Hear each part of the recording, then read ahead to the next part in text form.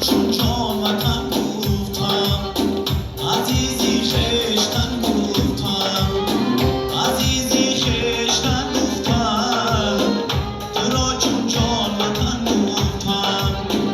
هزار روز سخن گفتم،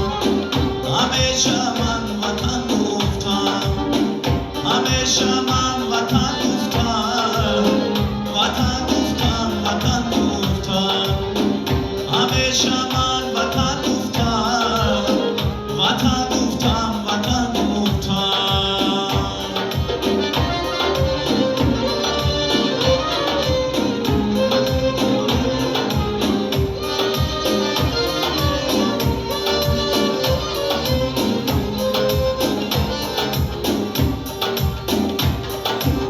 سری سنگ چمن گفتم،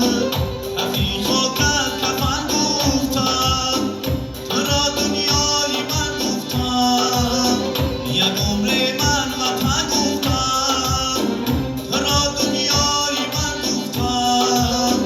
یک عمر من وطن گفتم، تو را چون جان وطن گفتم، عزیزی خویشتن گفتم،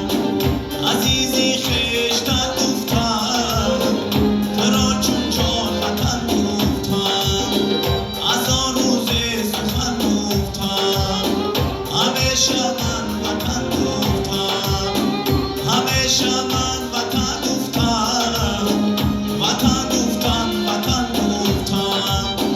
همیشه من وطن گفتم، وطن گفتم، وطن گفتم.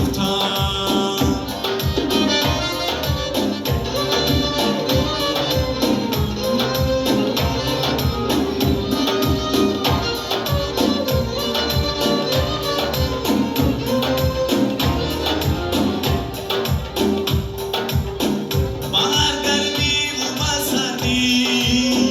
به مردی و به نامردی، همیشه من سخن گفتم، وطن گفتم، وطن گفتم،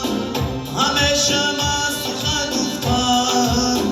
وطن گفتم، وطن گفتم، تو را چون جان وطن گفتم، عزیزی خویشتن گفتم، عزیزی خویشتن گفتم، تو را چون جان وطن گفتم، عزیزی خویشتن گفتم، تو را چون جان وطن گفتم، عزیزی خویشتن گفتم، تو را چون جان وطن